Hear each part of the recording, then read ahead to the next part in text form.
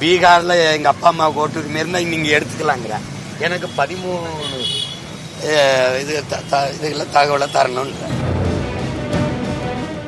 நீ உனக்கு ஒரு வேலை இல்லைன்னா எனக்கு வேலை இருக்கு. ஜனநாயக இது படுகொலை.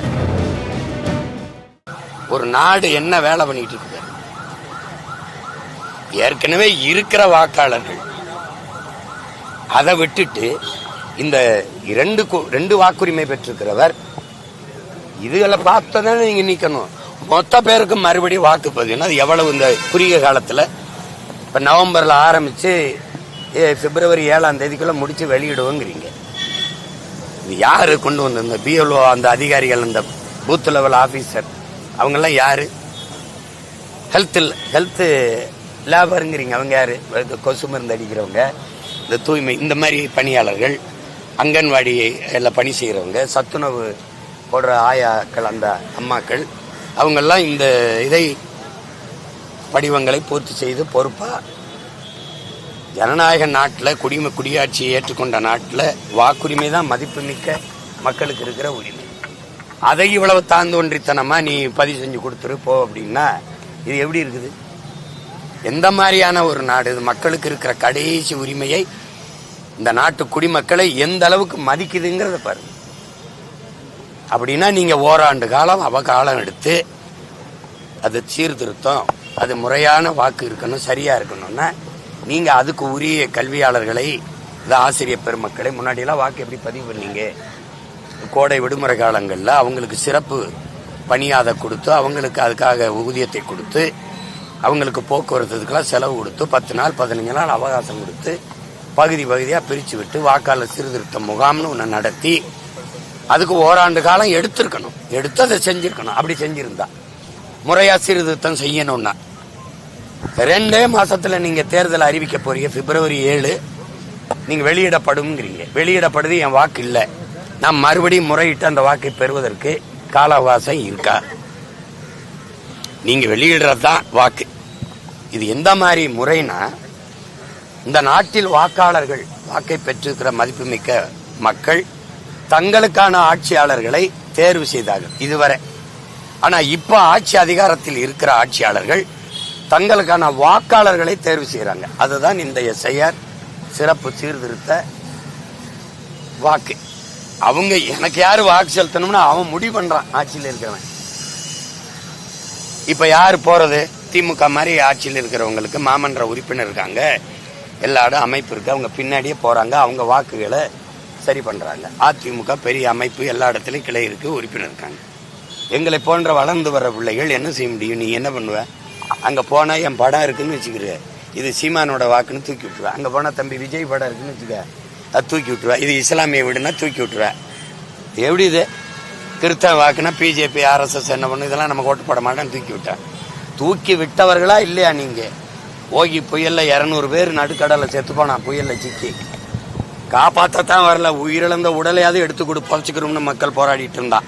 நீ வரல, செத்தவன் மட்டும் கிறிஸ்தவ மீனவன் நமக்கு ஓட்டு போட மாட்டான்னு 40,000 ஓட்ட ஒரே தேர்தலில் தூக்கி விட்டீங்களா இல்லையா? அதே மாதிரி வேலையை செய்வீங்க நீங்க. குறைஞ்சது 1 கோடி பேர் வாக்குரிமையை இழப்பாருங்க. பெரும்பாக்கத்தில் மட்டும் 25,000 பேருக்கு வாக்குரிமை இருக்காதுன்ற. ஏற்கனவே நீங்க நடத்துங்க. பீகாரை பின்பற்றவும்.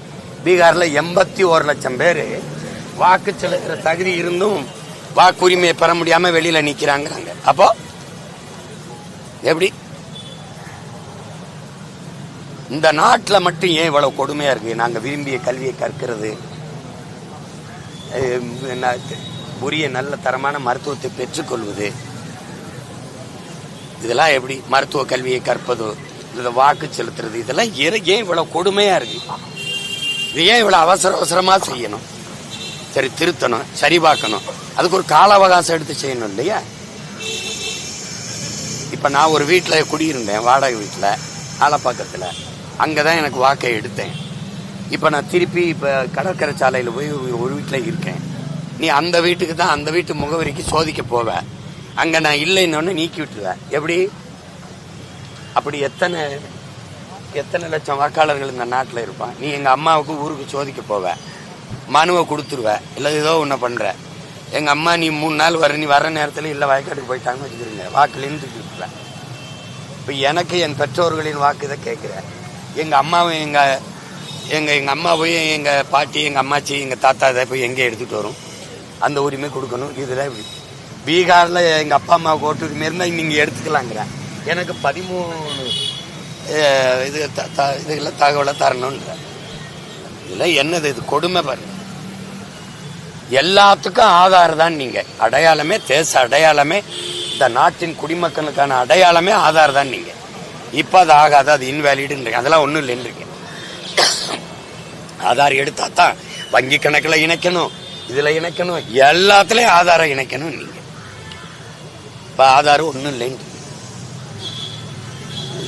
பீகாருக்கு அப்புறம் தமிழ்நாட்டுல இப்படி ஒரு விஷயம் நடக்கும், இந்த மாதிரி ஒரு ஏற்பான விஷயம் நடக்கும் அப்படின்னு நீங்க நினைக்கிறீங்களா? இந்த எஸ்ஆர் நோக்கி இல்லை, என்ன நடக்குதுன்னே புரியல. இவங்க என்ன திட்டத்தில் இதை நடத்துறாங்கன்னு தெரியல. இது தனக்கு வேண்டிய வாக்காளர்களை வச்சு மீதி வாக்காளர்களை நீக்கி விடுவதை தவிர இதுல வேற என்ன நடக்கும்னு நினைக்கிறீங்க?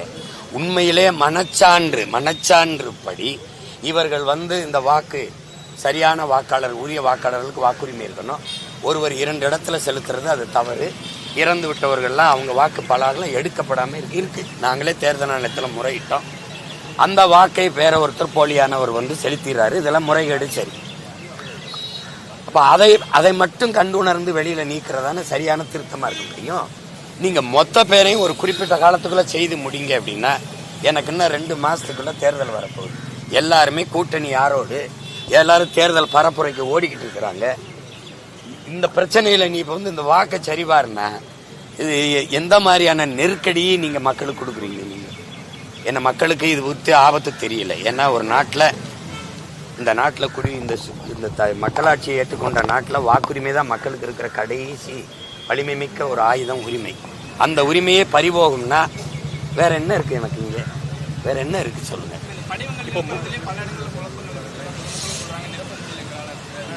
குழப்பங்கள் இருக்குன்னு பொதுமக்கள் சொல்றாங்கன்னு இருக்காதீங்க. குழப்பமான ஒரு படிவம் அது. நீங்க எளிதில் பூர்த்தி செய்யக்கூடாது. நான் ஏற்கனவே வாக்குரிமை பெற்று வச்சிருக்கேன்ல, செலுத்திருக்கேன்ல, அப்புறம் அதை எதுக்கு சோதிக்கிற? உனக்கு வேலை இல்லையா? உனக்கு வேலை இல்லையா? எனக்கு வேலை இருக்குல்ல. உனக்கு ஒரு வேலை இல்லைன்னா எனக்கு வேலை இருக்கு. நீ ஏன் இவ பதட்டமா வச்சுக்கிற?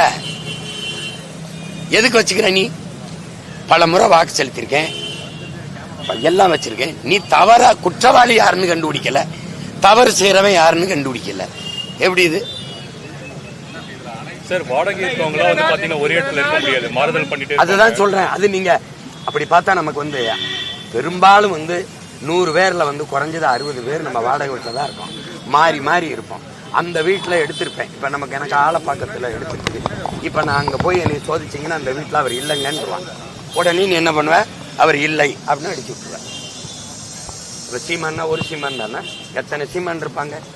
இப்போ ஆறுமுகம்னா ஒரு ஆறுமுகம் தானே. எப்படி இது